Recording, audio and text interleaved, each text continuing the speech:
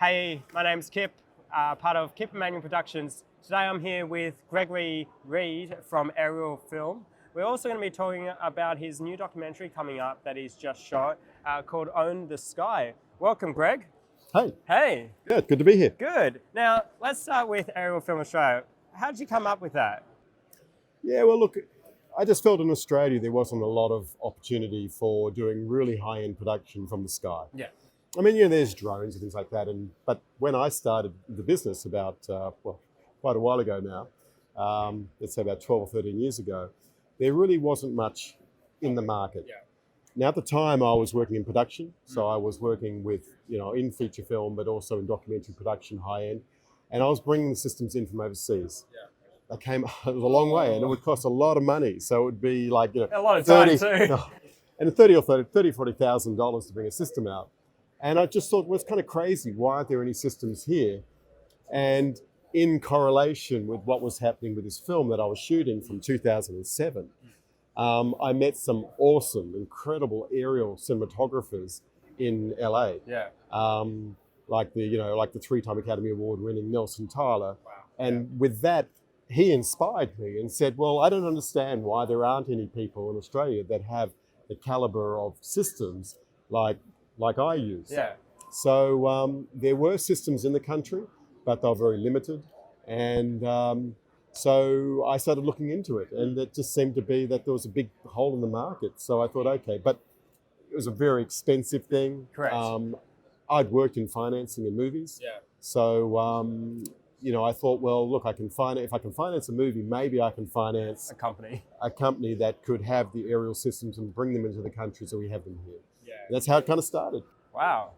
And now look where we are now. And look where we are now. Look at this place. It's amazing. There's some crazy cameras, and like behind the camera set here today, we've got all the rigs that go into the helicopters, and they're pretty damn big. Yeah, now, they're big. And they get bigger. They get bigger. Wow. I thought that was big enough. Now, the stuff that you've used or that you've made now with the company, you've obviously used that on Own the Sky as well? We use it on Own the Sky. We've used a lot of systems on Own the Sky because Own the Sky was made over so many years. Yeah. So how many years? We used everything. Well, we started in 2007. So that's a lot of years. That's a lot. 2019, yes. So it took a long time. It took a long time to make. And I mean, that's the thing. I mean, a documentary like this where you're following a real story, you don't know how long it's going to take. Right. Could have been 1 year, could have been 10 years. We had no idea. It turned out to be a little bit longer. But so it's always been a challenge. So aerial systems, we did use the shot over on the system. We used another system called the Gyron with our partners in America, which was amazing. These high-end platforms are just incredible. I mean, AFA, we love shot over, and we've got 2 shot overs here, but we also have other systems. So I think the thing is, it's going to be the right tool for the job. And that's the thing. We don't try to sit in with one system. We try to kind of be a little bit, that's just right. Yeah, right. And obviously you've partnered with a few of the other companies I've seen on the posters behind us. Obviously that's been a long time running. Now, what's the documentary about? Is it the production, the making of, I'm very new to Own the Sky. I didn't really know too much a few weeks ago, but for someone, a lot of people are saying, wow, there's a JetPack. Obviously that's a new thing to the market, to anyone, to see something that's especially portable like that. And I was expecting something bigger. And it's great that it's so small, which is so cool because it's incredibly small and versatile and fast and incredible. Look, it was all confidential. Yeah. So that's what happened. I mean, in the beginning when David wanted to build the JetPack, now I've known David since he was 10. Right. So it's one of those things, right? And just get all your friends to make JetPacks. Get all your friends to make JetPacks. Perfect. That's a good idea. Yeah. I was in LA. Yeah. I was in LA working on a project, and I live in Australia, but I was working in LA, and David calls me out of the blue and says, hey, I'm in LA. Are you in LA? I go, yeah, I'm in LA. He says, I'm going to make a JetPack. And I went, well, what do you mean you're going to make a jetpack? He says, I'm going to make a jetpack. And this was 13 years ago, correct? This is 13 years ago. Wow. And I go, well, all right, well, let me come along. So I thought, well, really, you know, really? Yeah. So I, Hey, it's every kid's dream. I want to fly. yeah, but, you know, and I knew nothing about jetpacks, I knew nothing about rocket belts, I knew nothing about anything. I just kind of figured, well, that sounds kind of cool, right? Yeah. So I didn't think it was necessarily possible. Yeah. But I thought, you know, he's an Aussie bloke that's gone to America, or, you know, and could he do it? I, you know, didn't know. But I thought it was worth going along. And I went over to the studio, or the area that he was in, which is Van Nuys. And when I walked in, I realized that the place where he was actually getting this thing kind of designed and thought about was a place called Tyler Camera Systems. And Tyler Camera Systems is Nelson Tyler, who invented the helicopter film mount. Hence the connection. Right. Now, Nelson had won 3 Academy Awards for his work in innovation in the film industry.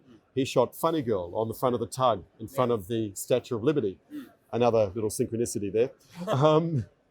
And it all ties in for a very good reason, because, I mean, we thought, well, I mean, I walked in. I was just going with the story, but I mean, I walked in, met Nelson, and he is you know, he's the god of aerial cinematography. You know, his systems we use on Apocalypse Now and, you know, Die Hard and, you know, all those classic films. I mean, you name it, he's done it. Yeah.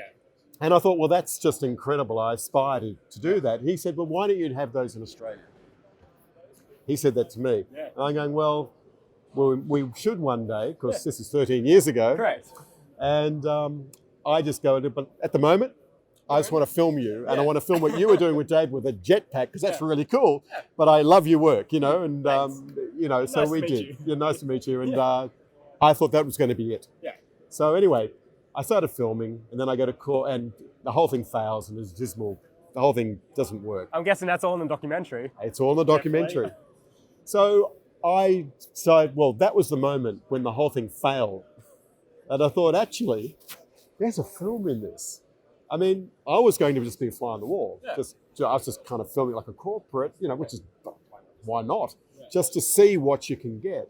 And suddenly I realized there was a movie in it. I suddenly thought, well, actually, if this is going to be the way these guys are going to have these kinds of failures, and to be the fly on the wall with David, my old friend, who was being I was staying in the same apartment, so I was getting all this fly on the wall at the, you know, after the failures. So I thought, well, I'm going to make a movie out of this. So I then decided that I'd dedicate how long it was going to take to just catching up with David again and again. And then that's how I built the relationship with Nelson Tyler, how we started working on aerial systems in Australia, realizing that there weren't systems that I was actually bringing in already from overseas. So I started to work out, hey, you know, maybe with someone like Nelson, with what we're doing. So it was a bit of a collaboration thing. Started up. Pretty much.